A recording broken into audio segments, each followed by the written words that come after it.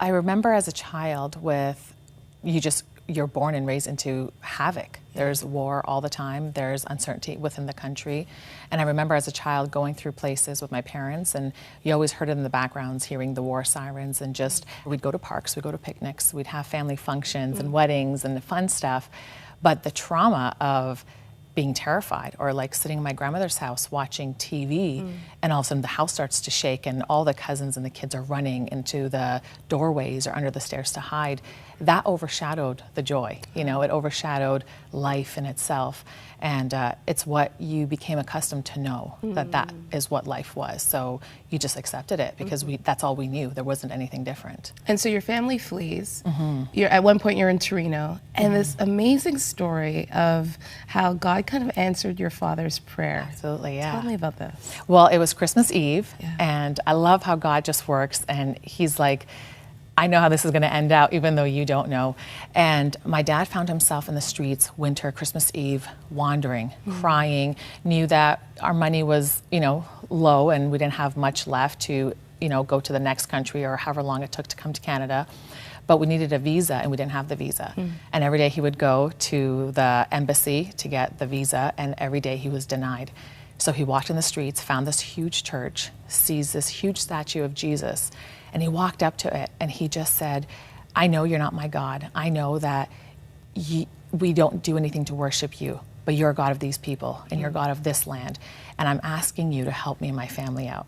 And because I know you will, to honor you, I'm going to light a candle each year on the eve of your birth. Wow.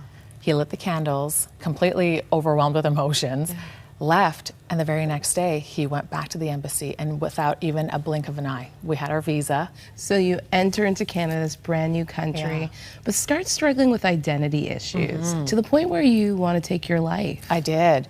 It was hard. I felt like a black sheep growing up. I felt like I didn't belong within my own family. And it wasn't because I didn't feel loved or I wasn't loved, but I was different. I always tell people I was more Canadianized. My sister, my brother wanted to hold on to our traditional roots, to be Persian, to practice our faith, which was fine. But for me, all my friends, like they went to Persian school. I never did. I wanted to stay in, the playground or go out with my friends and have fun. I liked my new life. The old was gone. I didn't have to worry about the war and being afraid to play in a park. And so I struggled with, how come everybody wants me to be this way, but I don't feel like I belong. I feel like I don't even belong in my family. I feel like I was meant to be somewhere different or live a different life. And none of it was bringing me any type of satisfaction. None of it was bringing me any type of wholeness, because I was completely empty inside. I didn't have that life that the Holy Spirit gives us. And I just set out for a quest to learn, and through wrongful teachings and wrong friends coming into my life, I contemplated committing suicide numerous times. And every time I came so close to it, I couldn't. There was this deep heartache within me that was like, no, you can't, you can't. You just need to wait for me, you can't.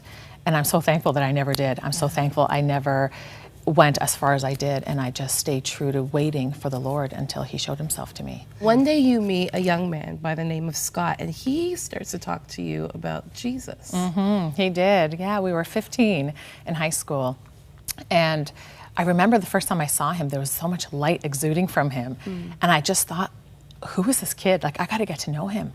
And it wasn't anything like having a crush, but there was this, I was drawn to this light that I'd never seen on anyone before. And so, lucky enough for us, every class that we had that first year, we were in the exact same class together, except our homeroom. And we had a friendship. We based it on a really good, solid friendship, getting to know each other, talking. And he started telling me about Jesus. And I got really excited until my Muslim friends found out. And they just put the lid on it. They shut it down. And they reassured me how awful it was for any Muslim to convert, that there's no hope for you, that you're not allowed. It's a huge sin against God. And so I talked to Scott. I said, listen, I love our friendship, but you need to respect me. I'm a Muslim, you're a Christian, and we just need to keep it at that. And so he stopped. And it wasn't until a year and a half after that I finally realized, hey, I'm missing something. Scott hasn't talked to me about his Jesus for a long time, and it scared me. And what scared you about it? it scared me because I knew he was full of so much life, and all of a sudden, that life kind of stopped. That I was receiving. Every time he spoke about Jesus to me, it kept me going. There was this excitement inside until I noticed, hey, it's gone. Yeah. And so I started talking to him more about it. I started talking to my Muslim friends about our faith. And literally, eventually, one day, my Muslim friend said, if you convert, you're going to burn in hell. And I had a really honest, heartbreaking conversation with God as I walked home from high school, weeping, and he revealed himself to me. And I went home and I wept and I cried and I woke up. And before I slept, I took a nap. I cried out to the one true God.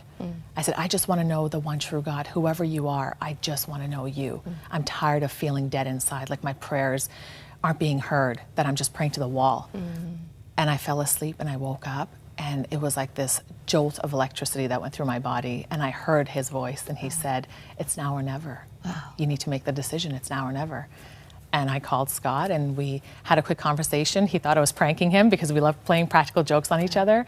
But I convinced him, like, no, this is serious. I really want to do this. I've made up my mind. And the very next day at school, we walked into a forested area and I gave my life to Christ then. And it was the most incredible day of my life. It really was. And you knew that this would be at a huge cost, that your family would not be happy. Tell us about dinner time and what would happen once your family knew that you were a Christian. Yeah, well, it became really difficult. And back then, I didn't realize how much it would hurt my parents. Being a parent now, I can understand as I'm in their shoes.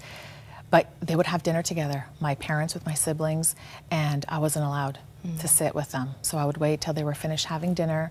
And when they were done eating dinner and the table was cleared, I'd go in the kitchen and whatever leftovers there were, I'd The sit leftovers? there. The leftovers, yeah. I'd sit there and I'd eat it. And it wasn't because they were mean. I understand that part. They were just so broken. They were so hurt. They thought I had completely gone behind their back, which I had. My dad had said, I wish you would talk to me about this. I would have helped you. I would have taken you to classes and taught you about the Quran and what Islam really is about. But my mind was already made up and I'd fallen in love with this new Jesus and I couldn't turn my back on him anymore. But it was really difficult.